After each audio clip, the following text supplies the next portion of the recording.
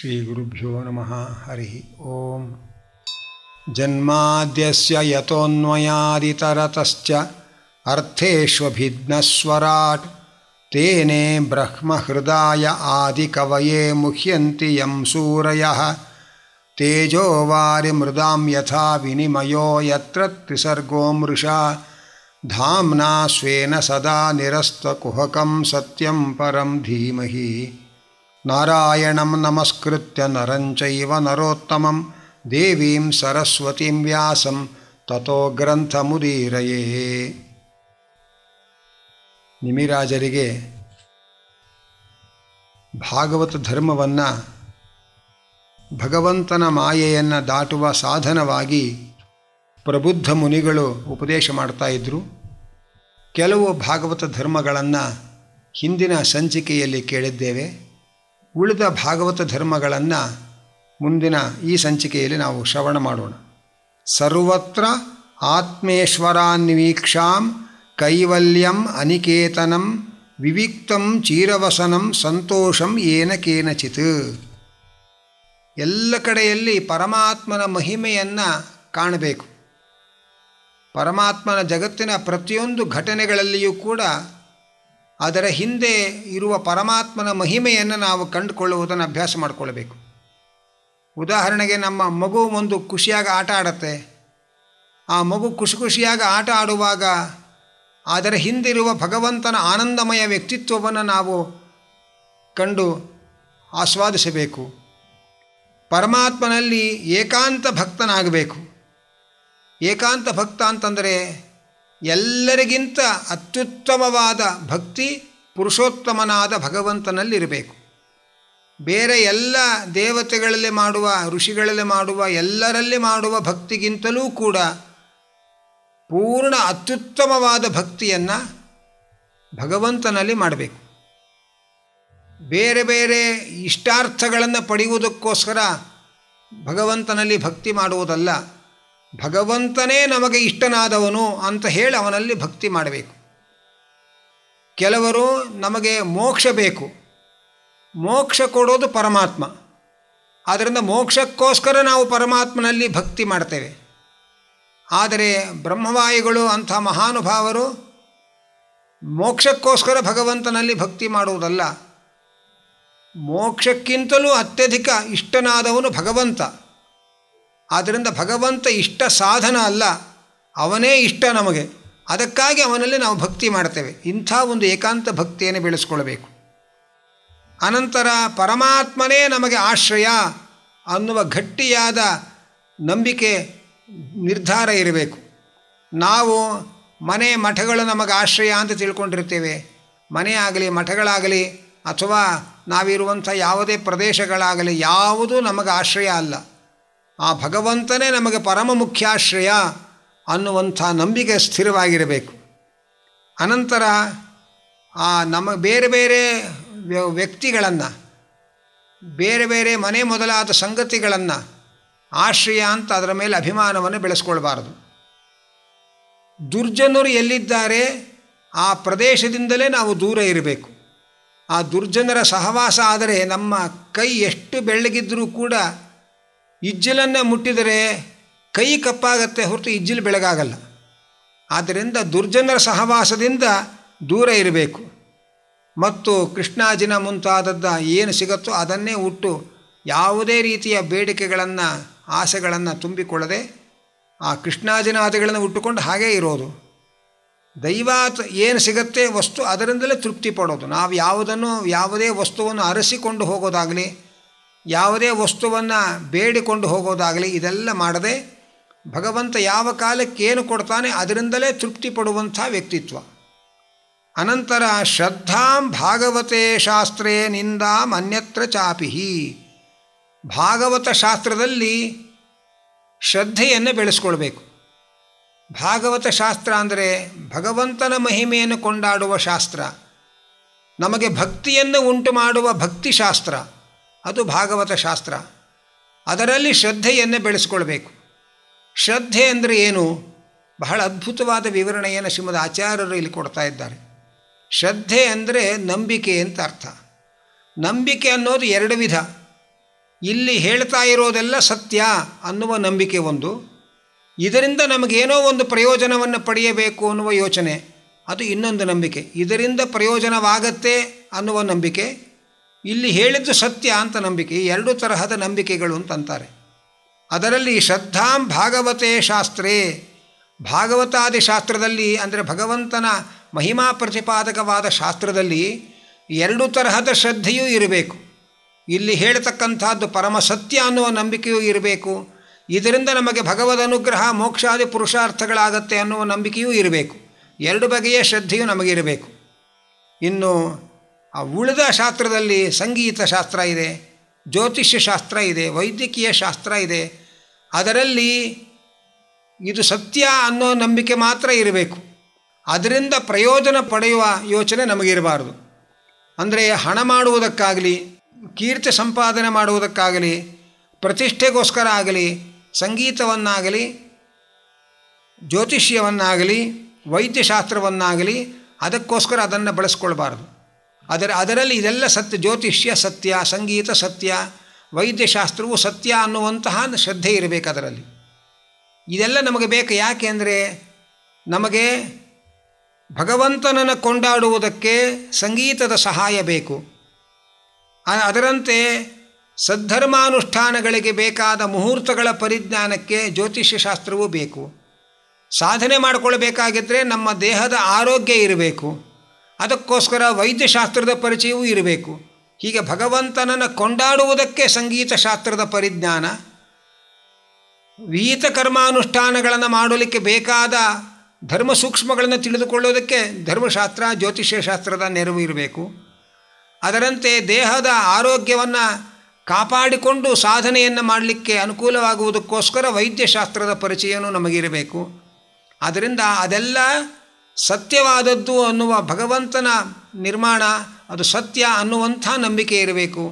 ಅದರಿಂದ ಲೌಕಿಕವಾದ ಫಲಗಳನ್ನು ಪಡೆಯುವಂತಹ ಯೋಚನೆಗಳು, ಅಂದರೆ ಹಣಗಳಿಕೆಗೋಸ್ಕರವಾಗಿ ಜ್ಯೋತಿಷ್ಯವನ್ನು ಬಳಸಿಕೊಳ್ಳೋದು, ಹಣ ಸಂಪಾದನೆಗೋಸ್ಕರವಾಗಿ ಸಂಗೀತವನ್ನು ಬಳಸಿಕೊಳ್ಳೋದು, ಅದರಂತೆ ಹಣ ಸಂಪಾದನೆಗೋಸ್ಕರವಾಗಿ ವೈದ್ಯಶಾಸ್ತ್ರವನ್ನು ಬಳಸಿಕೊಳ್ಳೋದು, ಸಾಧಕನಾದವನಿಗೆ ಇದರಿಂದ ಹಣವನ್ನು ಗಳಿಸುವಂತಹ ಸ್ವಾರ್ಥ ಇರಬಾರದು. ಇದೆಲ್ಲ ಸಾಧನೆಗೆ ಉಪಯೋಗವಾಗಬೇಕಷ್ಟೇ ಅನ್ನುವುದನ್ನು ಹೇಳ್ತಾ ಇದ್ದಾರೆ. ಹಾಗೆಯೇ ಆದರೆ ಶ್ರದ್ಧಾಂ ಭಾಗವತೆ ಶಾಸ್ತ್ರೇ ಅನ್ಯತ್ರ ಅನಿಂದಾಂ, ಅನ್ಯತ್ರ ಅಂದರೆ ಸಂಗೀತ, ಜ್ಯೋತಿಷ್ಯ, ವೈದ್ಯಶಾಸ್ತ್ರಾದಿಗಳಲ್ಲಿ ಅದನ್ನು ನಿಂದನೆ ಮಾಡಬಾರದು, ಅದನ್ನು ಗೌರವಿಸಬೇಕು. ಅಲ್ಲಿ ಹೇಳಿರ್ತಕ್ಕಂಥದ್ದು ಸತ್ಯ ಅನ್ನುವ ನಂಬಿಕೆ ಇರಬೇಕು. ಅದರಂತೆ ನಿಂದಾಂ ಅನ್ಯತ್ರ ಚ, ಯಾವುದು ಭಗವಂತನ ಮಹಿಮೆಗೆ ವಿರೋಧಿಯಾದ ಶಾಸ್ತ್ರಗಳಿದೆ, ಯಾವುದು ವೇದಗಳಿಗೆ ವಿರೋಧಿಯಾಗಿದೆ, ಆ ವೇದ ವಿರೋಧಿಯಾದ ಶಾಸ್ತ್ರಗಳಲ್ಲಿ ಹೇಳುವಂತಹ ವಿಚಾರಗಳನ್ನು ತಪ್ಪು ಅಂತ ತಿಳಿದುಕೊಂಡು ಅದನ್ನು ತಪ್ಪು ಅಂತ ಖಂಡಿತವಾಗಿ ಹೇಳ್ತಕ್ಕಂತಹ ಧೈರ್ಯವನ್ನು ತೋರಬೇಕು. ಯಾಕೆಂದರೆ ಈಶಾವಾಸ್ಯ ಉಪನಿಷತ್ತಿನ ಒಂದು ಮಾತು ಹೇಳ್ತಾರೆ, ಸರಿಯಾದದ್ದನ್ನು ತಿಳಿದುಕೊಳ್ಳಬೇಕು ಅನ್ನೋದು ಎಷ್ಟು ಮುಖ್ಯವೋ, ತಪ್ಪನ್ನು ತಪ್ಪು ಅಂತ ತಿಳಿಯೋದು ಅಷ್ಟೇ ಮುಖ್ಯ, ತಪ್ಪನ್ನು ತಪ್ಪು ಅಂತ ಅಲ್ಲಗೆಳೆಯೋದು ಅಷ್ಟೇ ಮುಖ್ಯ. ಇದೆಲ್ಲವೂ ಸಾಧನೆಗೆ ಬೇಕಾದ ಮಾರ್ಗಗಳು ಹಾಗೆ ಅಂತ ಇದ್ದಾರೆ. ಆದ್ದರಿಂದ ಭಗವಂತನ ಮಹಿಮೆಯನ್ನು ಕೊಂಡಾಡುವ ಶಾಸ್ತ್ರದಲ್ಲಿ ಶ್ರದ್ಧೆ ಇರಬೇಕು. ವೇದ ವಿರೋಧಿಯಾದ ಭಗವದ್ ವಿರೋಧಿಯಾದ ಶಾಸ್ತ್ರಗಳಲ್ಲಿ ಅದು ಅಲ್ಲಿ ಹೇಳ್ತಾ ಇರತಕ್ಕಂಥದ್ದು ಪ್ರಾಮಾಣಿಕವಲ್ಲ ಅನ್ನುವ ನಿಂದನೆಯನ್ನೂ ಕೂಡ ಅವಶ್ಯವಾಗಿ ಮಾಡಬೇಕು. ಅದರಿಂದ ಸಜ್ಜನರಿಗೆ ಯಾವ ಮಾರ್ಗದಲ್ಲಿ ಹೋಗಬೇಕು, ಯಾವ ಮಾರ್ಗದಲ್ಲಿ ಹೋಗಬಾರದು ಅನ್ನುವ ತಿಳುವಳಿಕೆ ಬರೋದಕ್ಕೆ ಸಹಕಾರಿಯಾಗತ್ತೆ. ಅನಂತರ ಮನೋವಾಕ್ಕಾಯ ದಂಡಂ, ಮನಸ್ಸು, ಮಾತು ಮತ್ತು ಶರೀರ ಇದು ಮೂರನ್ನು ಕೂಡ ದಂಡನೆ ಮಾಡಬೇಕು. ದಂಡನೆ ಮಾಡೋದು ಅಂದರೆ ಕತ್ತರಿಸಿ ಹಾಕೋದು ಅಂತ ಅರ್ಥ ಅಲ್ಲ, ಅದು ಭಗವಂತನಿಂದ ದೂರ ಆಗದೇ ಇರೋ ಹಾಗೆ ನೋಡ್ಕೊಳ್ಬೇಕು. ಅದು ಅನೇಕ ವಿಷಯಗಳ ಸೆಳೆತಕ್ಕೆ ಹಾತೊರೆಯುತ್ತೆ. ಆದರೆ ಆ ಮನಸ್ಸು ಮತ್ತು ಕಾಯ ಮತ್ತು ಮಾತು, ಮನಸ್ಸು, ಮಾತು, ಕಾಯ ಇದು ಮೂರನ್ನು ಕೂಡ ಬೇರೆ ಬೇರೆ ಕಡೆ ಓಡುವುದನ್ನು ತಡೆದು ದಂಡಿಸಿ ಅದನ್ನು ಭಗವತ್ ಪರವಾಗಿರುವಂತೆ ನೋಡಿಕೊಳ್ಬೇಕು. ಅನಂತರ ಸತ್ಯ, ಶಮ, ದಮ ಇದೆಲ್ಲವನ್ನೂ ಅಭ್ಯಾಸ ಮಾಡಬೇಕು. ಶ್ರವಣಂ, ಕೀರ್ತನಂ, ಧ್ಯಾನಂ ಹರೇರ್ ಅದ್ಭುತ ಕರ್ಮಣಃ, ಅದ್ಭುತ ಕರ್ಮಗಳನ್ನು ಮಾಡತಕ್ಕಂತಹ ಯಾವ ಭಗವಂತ ಇದ್ದಾನೆ ಆ ಭಗವಂತನ ಮಹಿಮಾ ಶ್ರವಣ, ಭಗವಂತನ ಮಹಿಮಾ ಸಂಕೀರ್ತನ, ಭಗವಂತನನ್ನು ಧ್ಯಾನ ಮಾಡೋದು. ಅನಂತರ ಜನ್ಮಕರ್ಮ ಗುಣಾನಾಂಚ, ಭಗವಂತನ ಅವತಾರಗಳ ಕರ್ಮಗಳ ಗುಣಗಳ ಬಗ್ಗೆ ಶ್ರವಣ ಕೀರ್ತನ ಧ್ಯಾನಗಳನ್ನು ನಡೆಸ್ತಾ ಇಷ್ಟಂ ದತ್ತಂ ತಪೋ ಜಪ್ತಂ ಪೂರ್ತಂ ಯಚ್ಚಾತ್ಮನಃ ಪ್ರಿಯಂ ದಾರಾನ್ ಸುತಾನ್ ಗೃಹಾನ್ ಪ್ರಾಣಾನ್ ಪರಸ್ಮೈ ಸನ್ನಿವೇದಯೇತ್.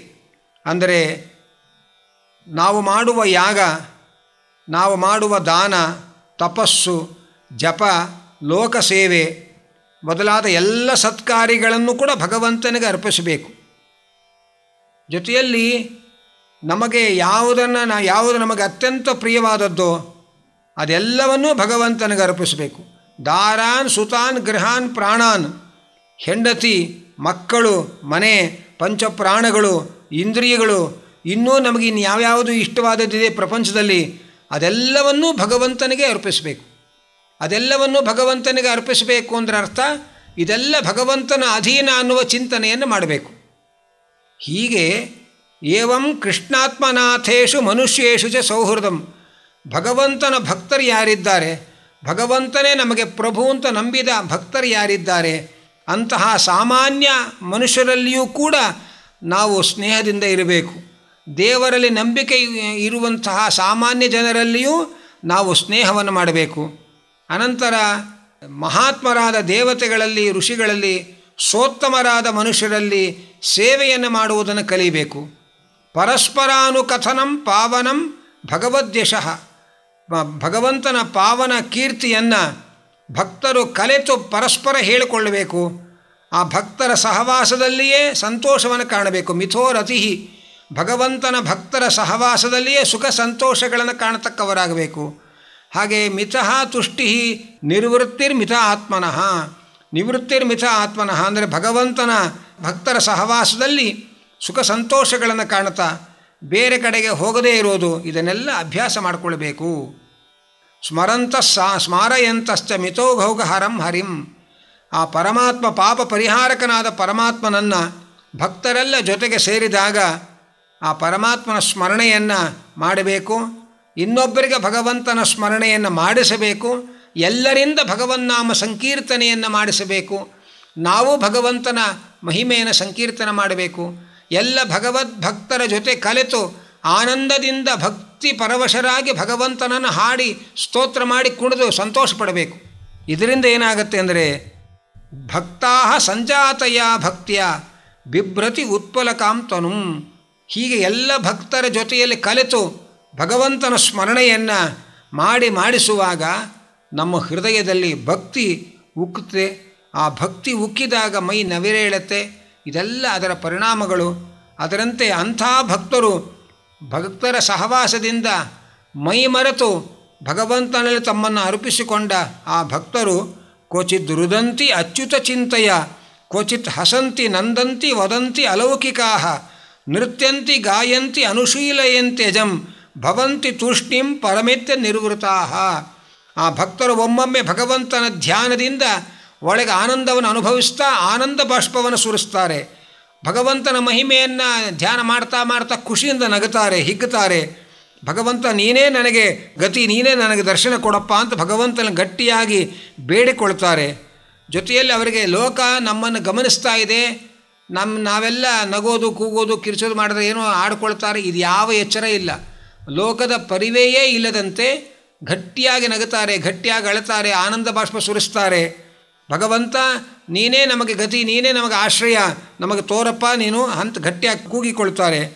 ತಮ್ಮ ಎಲ್ಲ ಪ್ರವೃತ್ತಿಗಳನ್ನು ಕೂಡ ಪರಮಾತ್ಮನ ಸೇವೆಯ ವಿಷಯದಲ್ಲಿಯೇ ತೊಡಗಿಸಿಕೊಂಡು ಬೇರೆ ಲೌಕಿಕ ಪ್ರವೃತ್ತಿಯನ್ನೇ ಬದಿಗಿಟ್ಟು ಅವರು ಕುಣಿತಾರೆ, ಹಾಡ್ತಾರೆ. ಭಗವಂತನಿಗೆ ಪ್ರಿಯವಾಗುವಂತಹ ವರ್ತನೆ ಉಳ್ಳವರಾಗ್ತಾರೆ. ಕೆಲವೊಮ್ಮೆ ಭಗವಂತನನ್ನು ಧ್ಯಾನ ಮಾಡ್ತಾ ಅಲ್ಲಿ ಭಗವಂತನನ್ನು ಸೇರಿಕೊಂಡು ಒಳಗಿಂದೊಳಗೆ ಆತ್ಮಾನಂದವನ್ನು ಅನುಭವಿಸ್ತಾ ಸುಮ್ಮನೆ ಕೂತು ಬಿಡ್ತಾರೆ. ಹೊರಗಡೆ ನೋಡೋರು ಸುಮ್ಮನೆ ಕೂತಿದ್ದಾರೆ ಅಂತ, ಒಳಗೆ ಅವರು ಮೈ ಮರೆತು ಅಂತರಂಗದಲ್ಲಿ ಭಗವಂತನನ್ನು ಸೇರಿರ್ತಾರೆ. ಆ ಭಗವಂತನನ್ನು ಸೇರುವ ಆನಂದವನ್ನು ಅನುಭವಿಸ್ತಾ ಇರ್ತಾರೆ. ಇತಿ ಭಾಗವತಾನ್ ಧರ್ಮಾನ್ ಶಿಕ್ಷನ್ ಭಕ್ತಿಯ ತದುತ್ಥಯ ನಾರಾಯಣ ಪರೋ ಮಾಯಾಂ ಅಂಜಸ್ತರತಿ ದುಸ್ತರಾಂ. ಇಂಥ ಭಾಗವತ ಧರ್ಮಗಳನ್ನು ಯಾರು ಅನುಷ್ಠಾನ ಮಾಡ್ತಾರೆ ಅಂಥ ಭಾಗವತ ಧರ್ಮವನ್ನು ಅನುಷ್ಠಾನ ಮಾಡುವುದರಿಂದ ಭಕ್ತಿ ಇನ್ನಷ್ಟು ಉಕ್ಕೇ ಇರುತ್ತೆ. ಅದರಿಂದ ಭಗವಂತನ ಆರಾಧಕನಾಗಿ ಭಕ್ತ ತನ್ನನ್ನು ಅರ್ಪಿಸಿಕೊಳ್ತಾನೆ. ಅಂತಹ ಭಕ್ತ ಆ ಸ್ಥಿತಿಯನ್ನು ತಲುಪಿದರೆ ಬಂಧಕವಾದ ಪ್ರಕೃತಿಯನ್ನು ನಮಗೆ ದಾಟೋದಕ್ಕೆ ಸಾಧ್ಯ ಎಂಬ ಮಾತನ್ನು ತಿಳಿಸ್ತಾ ಇದ್ದಾರೆ. ಆದ್ದರಿಂದ ಈ ನಮ್ಮನ್ನು ಬಂಧನಕ್ಕೆ ಒಳಪಡಿಸ್ತಕ್ಕಂಥದ್ದು ಪ್ರಕೃತಿ. ಅದರಲ್ಲಿ ಮುಂದೆ ಹೇಳ್ತಾರೆ ಸತ್ವರಜಸ್ತಮೋ ಗುಣಾತ್ಮಕವಾದ ಪ್ರಕೃತಿ. ಶ್ರೀದೇವಿ ಸತ್ವಗುಣಕ ನಿಯಾಮಕಳು. ಸತ್ವಗುಣದಿಂದ ಜಗತ್ತನ್ನು ಬಂಧನಕ್ಕೆ ಒಳಪಡಿಸ್ತಾಳೆ. ರಜೋಗುಣಕ್ಕೆ ಭೂದೇವಿ ಅಭಿಮಾನಿ ದೇವತೆ, ರಜೋಗುಣದಿಂದ ಬಂಧನಕ್ಕೆ ಒಳಪಡಿಸ್ತಾಳೆ. ದುರ್ಗಾದೇವಿ ತಮೋಗುಣಕ್ಕೆ ಅಭಿಮಾನಿ ದೇವತೆ, ತಮೋಗುಣದಿಂದ ಜಗತ್ತನ್ನು ಬಂಧನಕ್ಕೆ ಒಳಪಡಿಸ್ತಾಳೆ. ಇಂತಹ ಬಂಧಕ ಪ್ರಕೃತಿ ಅದನ್ನು ಮಾಯೆ ಅಂತ ಕರೀತಾರೆ. ಆ ಭಗವಂತನ ಅಧೀನವಾದದ್ದು.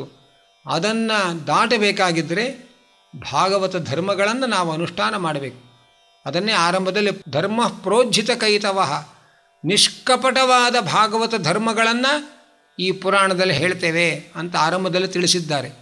ಆ ಭಾಗವತ ಧರ್ಮಗಳು ಏನು, ಅದನ್ನು ಹೇಗೆ ಅನುಷ್ಠಾನ ಮಾಡಬೇಕು, ಅದರ ಫಲ ಪರಿಣಾಮಗಳೇನು ಅನ್ನೋದನ್ನು ಭಾಗವತ ಬಹಳ ಸುಂದರವಾಗಿ ನಮಗೆ ತಿಳಿಸಿಕೊಡ್ತಾ ಇದೆ. ಅಂತಹ ಭಾಗವತ ಧರ್ಮಗಳ ಅನುಷ್ಠಾನದಿಂದ ನಾವು ಭಗವಂತನ ಅನುಗ್ರಹಕ್ಕೆ ಪಾತ್ರರಾಗೋದಕ್ಕೆ ಸಾಧ್ಯ ಎಂಬ ಅಂಶವನ್ನು ಇಲ್ಲಿ ಮುನಿಗಳು ವಿದೇಹರಾಜರಿಗೆ ಉಪದೇಶ ಮಾಡ್ತಾ ಇದ್ದಾರೆ.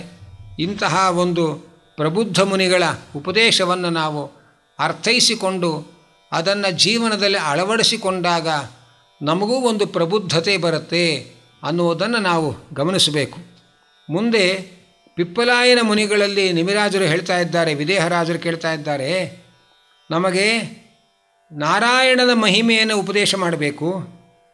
ಅವನು ಬ್ರಹ್ಮಾದಿ ಜೀವರಿಗಿಂತ ಹೇಗೆ ಉತ್ತಮ ಅನ್ನುವುದನ್ನು ನಾವು ತಿಳ್ಕೊಳ್ಬೇಕು. ಅದನ್ನು ತಾವು ಉಪದೇಶ ಮಾಡಬೇಕು ಎಂಬುದಾಗಿ ಪ್ರಾರ್ಥನೆ ಮಾಡ್ತಾ ಇದ್ದಾರೆ. ಅದಕ್ಕಾಗಿ ಪಿಪ್ಪಲಾಯನರು ಆ ಉಪದೇಶವನ್ನು ಆರಂಭ ಮಾಡ್ತಾರೆ. ಸ್ಥಿತಿ ಉದ್ಭವ ಪ್ರಲಯ ಹೇತು ಅಹೇತುರಸ್ಯ ಯಸ್ವಪ್ನ ಜಾಗರ ಸುಷುಪ್ತಿಷು ಸನ್ ಬಹಿಶ್ಚ ದೇಹ ಇಂದ್ರಿಯ ಅಸು ಹೃದಯಾನಿ ಚರಂತಿ ಏನ ಸಂಜೀವಿತಾನಿ ತದವೈಹಿ ಪರಂ ನರೇಂದ್ರ. ನೋಡಪ್ಪ, ಯಾರು ಈ ಜಗತ್ತಿನ ಸೃಷ್ಟಿ ಸ್ಥಿತಿ ಲಯಗಳಿಗೆ ಕಾರಣನಾಗಿದ್ದಾನೆ, ಆದರೆ ಯಾರಿಗೆ ಸೃಷ್ಟಿಕರ್ತನೇ ಇಲ್ಲವೋ, ಯಾರು ಜೀವರಿಗೆಲ್ಲ ಸ್ವಪ್ನ ಜಾಗರ ಸುಷುಪ್ತಿಗಳಲ್ಲಿ ನಿಯಾಮಕರಾಗಿದ್ದಾರೆ, ಮುಕ್ತಿಯಲ್ಲಿಯೂ ನಿಯಾಮಕರಾಗಿದ್ದಾರೆ, ಯಾರ ಪ್ರೇರಣೆಗೆ ಒಳಗಾಗಿಯೇ ದೇಹ ಇಂದ್ರಿಯ ಪ್ರಾಣ ಮನಸ್ಸುಗಳೆಲ್ಲ ತಮ್ಮ ತಮ್ಮ ಚಟುವಟಿಕೆಗಳನ್ನು ನಡೆಸ್ತಾ ಇದೆ, ಅವನೇ ಸರ್ವೋತ್ತಮನಾದ ನಾರಾಯಣ ಎಂಬ ಹೆಸರುಳ್ಳ ಪರಬ್ರಹ್ಮ, ಅವನೇ ಪರಮಾತ್ಮ ಎಂಬುದಾಗಿ ತಿಳಿಸ್ತಾ ಇದ್ದಾರೆ. ಅಂದರೆ ಈ ಜಗತ್ತಿನ ಸೃಷ್ಟಿಸ್ಥಿತಿ ಲಯಗಳು ಭಗವಂತನಿಂದ ಆಗ್ತಾ ಇದೆ. ಆದರೆ ಆ ಭಗವಂತನಿಗೆ ಸೃಷ್ಟಿಯ ಲಯಗಳು ಅನ್ನೋದಿಲ್ಲ. ಹಾಗೆ ತನಗೆ ತಾನು ಸೃಷ್ಟಿ ಲಯಗಳನ್ನು ಪಡೆಯದೆ ಜಗತ್ತಿಗೆ ಸೃಷ್ಟಿಸ್ಥಿತಿ ಲಯಗಳನ್ನು ಒದಗಿಸುವವನು. ಮತ್ತು ನಾವು ಸ್ವಪ್ನವನ್ನು ಕಾಣ್ತೇವೆ, ಜಾಗರವನ್ನು ಕಾಣ್ತೇವೆ, ಸುಷುಪ್ತಿಯನ್ನು ಕಾಣ್ತೇವೆ. ನಾವು ಸ್ವಪ್ನದ ಕಾಲದಲ್ಲಿ ಅನೇಕ ಪದಾರ್ಥಗಳನ್ನು ಕಾಣ್ತೇವೆ. ಆ ಸ್ವಪ್ನ ಪದಾರ್ಥಗಳನ್ನು ನಾವು ನಿರ್ಮಾಣ ಮಾಡಿಕೊಂಡದ್ದಲ್ಲ. ನಾವು ಬಯಸುವಂತಹ ಸ್ವಪ್ನಗಳನ್ನು ಕಾಣೋದಕ್ಕೂ ಸಾಧ್ಯ ಇಲ್ಲ. ಆ ಸ್ವಪ್ನದಲ್ಲಿ ಕಾಣುವ ವಸ್ತುಗಳು ಬೇರೆ, ನಾವು ಎಚ್ಚರದಲ್ಲಿ ಕಾಣುವ ವಸ್ತುಗಳು ಬೇರೆ. ಆದರೆ ಎಚ್ಚರದಲ್ಲಿರುವ ವಸ್ತುಗಳನ್ನೇ ಕಾಣ್ತಾ ಇದ್ದೇವೆ ಎನ್ನುವ ಭ್ರಮೆಯನ್ನು ನಮಗೆ ಭಗವಂತ ಆ ಕಾಲದಲ್ಲಿ ಕೊಡ್ತಾನೆ. ನಮ್ಮ ಜನ್ಮಾಂತರದ ಕರ್ಮಕ್ಕನುಗುಣವಾಗಿ ನಮ್ಮ ಅನೇಕ ಜನ್ಮಗಳ ಅನುಭವಗಳು ಮನಸ್ಸು ಅನ್ನೋದರೊಳಗೆ ರೆಕಾರ್ಡ್ ಆಗಿರುತ್ತದೆ. ಅದನ್ನೆಲ್ಲ ಭಗವಂತ ಸ್ವಪ್ನ ಕಾಲದಲ್ಲಿ ಪ್ಲೇ ಮಾಡ್ತಾನೆ. ಆಗ ನಾವು ಯಾವ್ಯಾವುದೋ ಜನ್ಮಗಳಲ್ಲಿ ಅನುಭವಿಸಿದದ್ದು, ಓದಿದ್ದು, ಕೇಳಿದ್ದು, ತಿಳಿದದ್ದು ಅದೆಲ್ಲವನ್ನೂ ಕೂಡ ನಮ್ಮ ಮನಸ್ಸಿನಲ್ಲಿ ಸುಪ್ತವಾಗಿರುತ್ತೆ. ಅದರ ಸಂಸ್ಕಾರದಿಂದ ಭಗವಂತ ಸ್ವಪ್ನ ಪದಾರ್ಥಗಳನ್ನು ಸೃಷ್ಟಿ ಮಾಡಿ ನಮಗೆ ಒಳಗೆ ತೋರಿಸ್ತಾನೆ. ತೈಜಸ ರೂಪದಿಂದ, ಪ್ರಾಜ್ಞ ರೂಪದಿಂದ ಹೃದಯದಲ್ಲಿರುವ ಭಗವಂತ ಎಲ್ಲ ಜೀವರಾಶಿಗಳನ್ನು ಆಲಿಂಗನ ಮಾಡಿಕೊಳ್ತಾನೆ. ಆಗ ಗಾಢವಾದ ನಿದ್ರೆ ಬರುತ್ತೆ ಅಂತ ನಾವು ಹೇಳ್ತೇವೆ. ನಿದ್ರೆ ನಾವು ಬಯಸಿದಾಗ ಬರೋದಿಲ್ಲ. ಬಯಸದೇ ಇದ್ದಾಗ ಗಾಢವಾದ ನಿದ್ರೆ ನಮ್ಮನ್ನು ಬಾಧಿಸ್ತಾ ಇರುತ್ತೆ. ಇದರಿಂದ ನಿದ್ರೆ ನಮ್ಮ ವಶದಲ್ಲಿ ಇಲ್ಲ ಅಂತ ನಮಗೆ ಅರ್ಥ ಆಗುತ್ತೆ. ಹಾಗಾದರೆ ಈ ನಿದ್ರೆ ಕೊಡುವವನು ಯಾರು? ಆ ಭಗವಂತ. ನಿದ್ರೆ ಮಾಡಿ ನಾವು ಎಚ್ಚೆತ್ತುವಾಗ ಸುಖವಾಗಿ ನಿದ್ರೆ ಬಂತು ಅಂತ ಹೇಳ್ತೇವೆ. ಆ ನಿದ್ರೆ ಕಾಲದಲ್ಲಿ ಬಂದ ಸುಖ ಎಲ್ಲಿಂದ ಬಂತು? ಹೊರಗಡೆಯಿಂದ ಯಾವ ಪದಾರ್ಥಗಳ ಭೋಗವನ್ನು ನಾವು ಅನುಭವಿಸಿಲ್ಲ ನಿದ್ರಾ ಕಾಲದಲ್ಲಿ. ಹಾಗಾಗಿ ಹೊರಗಿನ ಪದಾರ್ಥಗಳ ಭೋಗದಿಂದ ಸುಖ ಬರೋದಕ್ಕೆ ಸಾಧ್ಯ ಇಲ್ಲ. ಒಳಗೆ ಎಲ್ಲ ಇಂದ್ರಿಯಗಳು ಸುಪ್ತವಾಗಿವೆ. ಹಾಗಿರುವಾಗ ನಮಗೆ ಸುಖ ಎಲ್ಲಿಂದ ಬಂತು? ಜೀವರ ಸ್ವರೂಪದಲ್ಲೇ ಇರುವ ಸುಖವನ್ನು ಸ್ವಲ್ಪ ಅವನ ಅನುಭವಕ್ಕೆ ಬರುವಂತೆ ಪ್ರಾಜ್ಞಾನಾಮಕ ಪರಮಾತ್ಮ ಮಾಡ್ತಾನೆ. ಆದ್ದರಿಂದ ನಾವು ಸುಖವಾಗಿದ್ದೇವೆ, ಸುಖವಾಗಿ ನಿದ್ರೆ ಬಂತು ಅಂತ ಅನ್ನುವ ಮಾತನ್ನು ಹೇಳ್ತೇವೆ. ಅದರಂತೆ ಮೋಕ್ಷದಲ್ಲಿಯೂ ಕೂಡ ತುರಿಯ ರೂಪದಿಂದ ನಮಗೆ ನಮ್ಮ ಸ್ವರೂಪ ಯೋಗ್ಯತೆ ಒಳಗಿರತಕ್ಕ ಆನಂದವನ್ನು ನಮಗೆ ಅನುಭವಕ್ಕೆ ಬರುವಂತೆ ಮಾಡ್ತಾನೆ. ಹೀಗೆ ಯೋಗ್ಯತಾನುಗುಣವಾದ ಸ್ವರೂಪ ಸುಖದ ಅನುಭವವನ್ನು ಮೋಕ್ಷದಲ್ಲಿಯೂ ಕೂಡ ಕೊಡ್ತಕ್ಕಂಥವನು ಭಗವಂತನೇ. ಹೀಗೆ ಸೃಷ್ಟಿ ಸ್ಥಿತಿ ಸ್ವಪ್ನಗಳನ್ನು ಮೋಕ್ಷ ಈ 4 ಅವಸ್ಥೆಗಳಿಗೆ ಪ್ರೇರಕನಾದವನು, ನಿಯಾಮಕನಾದವನು, ಜಗತ್ತಿನ ಸೃಷ್ಟಿ ಸ್ಥಿತಿ ಲಯಗಳಿಗೆ ನಿಯಾಮಕನಾದವನು, ನಮ್ಮ ದೇಹ, ನಮ್ಮ ಇಂದ್ರಿಯ, ನಮ್ಮ ಪ್ರಾಣ, ನಮ್ಮ ಮನಸ್ಸು ಇವೆಲ್ಲದರೊಳಗೂ ಪ್ರೇರಕನಾಗಿ ನಿಂತು ಅವುಗಳು ಕ್ರಿಯಾಶೀಲವಾಗುವಂತೆ ಮಾಡತಕ್ಕಂಥವನು ಭಗವಂತ. ಅವನೇ ಸರ್ವೋತ್ತಮನಾದ ನಾರಾಯಣ ಎಂಬುದಾಗಿ ಹೇಳ್ತಾರೆ. ಆ ಭಗವಂತನನ್ನು ಯಾರೂ ಕೂಡ ಪೂರ್ತಿಯಾಗಿ ತಿಳ್ಕೊಳ್ಳೋಕ್ಕೆ ಸಾಧ್ಯ ಇಲ್ಲ. ನೈನಂ ಮನೋ ವಿಶತಿ ವಾಗುತ ಚಕ್ಷುರಾತ್ಮ ಪ್ರಾಣೇಂದ್ರಿಯಾಣಿ ಚ ಯಥಾನಲ ಮರ್ಚಿಷಸ್ವಾಹ ಶಬ್ದೋಪಿ ಅಬೋಧಕ ನಿಷೇಧತೆಯಾತ್ಮ ಮೂಲಂ ಅರ್ಥೋಕ್ತಮಾಹ ಎದುರ್ತೇ ನ ನಿಷಿದ್ಧ ಸಿದ್ಧಿ. ನಮ್ಮ ಮನಸ್ಸು, ನಮ್ಮ ಮಾತು, ಕಣ್ಣು, ನಮ್ಮ ಆತ್ಮ, ಪ್ರಾಣ, ಇಂದ್ರಿಯ ಇದೆಲ್ಲದಕ್ಕೂ ಅಭಿಮಾನಿಗಳಾದವರು ರುದ್ರ, ಸರಸ್ವತಿ, ಸೂರ್ಯ, ಬ್ರಹ್ಮ, ಪಂಚಪ್ರಾಣರು, ಇಂದ್ರಿಯ ದೇವತೆಗಳು ಇವರು ಯಾರೂ ಕೂಡ ತಮಗೆ ಪ್ರೇರಕನಾದ ಭಗವಂತನನ್ನು ಪೂರ್ತಿ ತಿಳಿಯೋದಕ್ಕೆ ಸಮರ್ಥರಲ್ಲ. ಹೀಗೆ ಎಲ್ಲರಿಗೂ ಪ್ರೇರಕನಾಗಿ, ಎಲ್ಲರ ಅಂತರ್ಯಾಮಿಯಾಗಿ, ಯಾರಿಗೂ ಪೂರ್ತಿಯಾಗಿ ತಿಳಿಯಲಿಕ್ಕೆ ಸಾಧ್ಯವಾಗದೇ ಇರತಕ್ಕಂಥವನು ಭಗವಂತ. ಆದರೆ ಅವನ ಅನುಗ್ರಹದಿಂದ ಸ್ವಲ್ಪ ಮಟ್ಟಿಗೆ ಅವರವರ ಯೋಗ್ಯತಾನುಸಾರ ಸ್ವಲ್ಪ ಮಟ್ಟಿಗೆ ಭಗವಂತನನ್ನು ತಿಳಿದುಕೊಳ್ಳುವ ಪ್ರಯತ್ನವನ್ನು ಎಲ್ಲರೂ ಮಾಡ್ತಾ ಇದ್ದಾರೆ. ಹೇಗೆ ಅಗ್ನಿಯ ಜ್ವಾಲೆಗಳಿಗೆ ಅಭಿಮಾನಿಗಳಾದವರು ಅಗ್ನಿಪುತ್ರರು, ಅವರು ಅಗ್ನಿಯನ್ನು ಹೇಗೆ ಪೂರ್ತಿ ತಿಳ್ಕೊಳ್ಳೋಕ್ಕೆ ಸಾಧ್ಯ ಇಲ್ಲವೋ ಅದರಂತೆ ಅಂತ ಹೇಳ್ತಾ ಇದ್ದಾರೆ. ಅನಂತರ ವೇದಗಳಿಂದಲೂ ಕೂಡ ಆ ಭಗವಂತನ ಅಲೌಕಿಕ ಗುಣಗಳನ್ನು ತಿಳಿಯೋದಕ್ಕೆ ಸಾಧ್ಯ ಆಗಿಲ್ಲ. ಯಾಕೆಂದರೆ ವೇದಕ್ಕೆ ಅಭಿಮಾನಿನಿಯಾದ ರಮಾದೇವಿ ವೇದದಲ್ಲಿ ಅಲೌಕಿಕವಾದ ಆನಂದ ಸ್ವರೂಪನಾದ ಭಗವಂತನನ್ನು ಯಾವ ರೀತಿ ತಿಳಿಸ್ಕೊಡ್ತಾ ಇದ್ದಾಳೆ ಮಹಾಲಕ್ಷ್ಮಿ ಅಂದರೆ, ಭಗವಂತ ಯಾರು ಅಂದರೆ ಇದಲ್ಲ ಇದಲ್ಲ ಇದಲ್ಲ ಅಂತ ಹೇಳ್ಬೋದೇ ಹೊರತು ಇವನು ಭಗವಂತ ಅಂತ ತಂದು ನಿಮ್ಮ ಮುಂದೆ ನಿಲ್ಲಿಸಿ ತೋರಿಸೋದಕ್ಕೆ ಸಾಧ್ಯ ಇಲ್ಲ. ಅವನನ್ನು ಪೂರ್ಣವಾಗಿ ನಿರ್ದೇಶನ ಮಾಡೋದಕ್ಕೆ ಆಗೋದಿಲ್ಲ. ಆದ್ದರಿಂದ ಭಗವಂತ ಅಂದರೆ ಯಾರು ಅಂದರೆ ಈ ದೇಹ ಅಲ್ಲ, ಈ ಜೀವ ಅಲ್ಲ, ಈ ಜಡವಸ್ತುಗಳಲ್ಲ, ಇದ್ಯಾವುದೂ ಭಗವಂತನಲ್ಲ. ಇದೆಲ್ಲದಕ್ಕಿಂತಲೂ ವಿಲಕ್ಷಣನಾದವನು ಭಗವಂತ.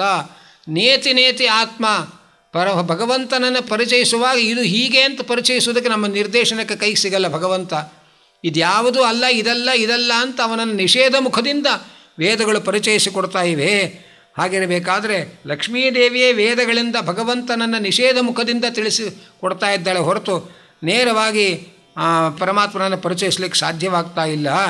ಹಾಗಿರಬೇಕಾದರೆ ಅಂತಹ ಭಗವಂತನ ಅನಂತ ಗುಣ ಪರಿಪೂರ್ಣವಾದ ವ್ಯಕ್ತಿತ್ವವನ್ನು ಯಾರು ತಿಳ್ಕೊಳ್ಳೋದಕ್ಕೆ ಸಾಧ್ಯ ಎಂಬುದಾಗಿ ತಿಳಿಸ್ತಾ ಇದ್ದಾರೆ. ಹೀಗೆ ಇನ್ನೂ ಅನೇಕ ವಿಷಯಗಳನ್ನು ಇವರು ಉಪದೇಶ ಮಾಡ್ತಾ ಇದ್ದಾರೆ. ಆ ಉಪದೇಶದ ಮುಂದಿನ ಭಾಗಗಳನ್ನು ಮುಂದಿನ ಸಂಚಿಕೆಯಲ್ಲಿ ತಿಳ್ಕೊಳ್ಳೋಣ ಅಂತ ಹೇಳ್ತಾ ಇವತ್ತಿನ ಸಂಚಿಕೆಯನ್ನು ಭಗವಂತನಲ್ಲಿ ಅರ್ಪಿಸ್ತಾ ಇದ್ದೇನೆ. ಇವತ್ತಿನ ಸೇವಾಕರ್ತರು L Krishnamurthy Acharya, L Radhabai, L Narasamma ಇವರ ಸ್ಮರಣಾರ್ಥವಾಗಿ L K Pavankumar, L Suvarnamma ಈ ಕುಟುಂಬದವರು ಈ ಸಂಚಿಕೆಗೆ ಪ್ರಾಯೋಜಕರಾಗಿ ತಮ್ಮ ಸೇವೆಯನ್ನು ಸಲ್ಲಿಸಿದ್ದಾರೆ. ಅವರಿಗೆ ಭಗವಂತ ಉತ್ತಮವಾದ ಅನುಗ್ರಹ ಮಾಡಲಿ ಅಂತ ಪ್ರಾರ್ಥನೆ ಮಾಡ್ತಾ ಈ ಸಂಚಿಕೆಯನ್ನು ಭಗವಂತನ ಅರ್ಪಣೆ ಮಾಡ್ತಾ ಇದ್ದೇನೆ. ಕೃಷ್ಣಾರ್ಪಣಮಸ್ತು.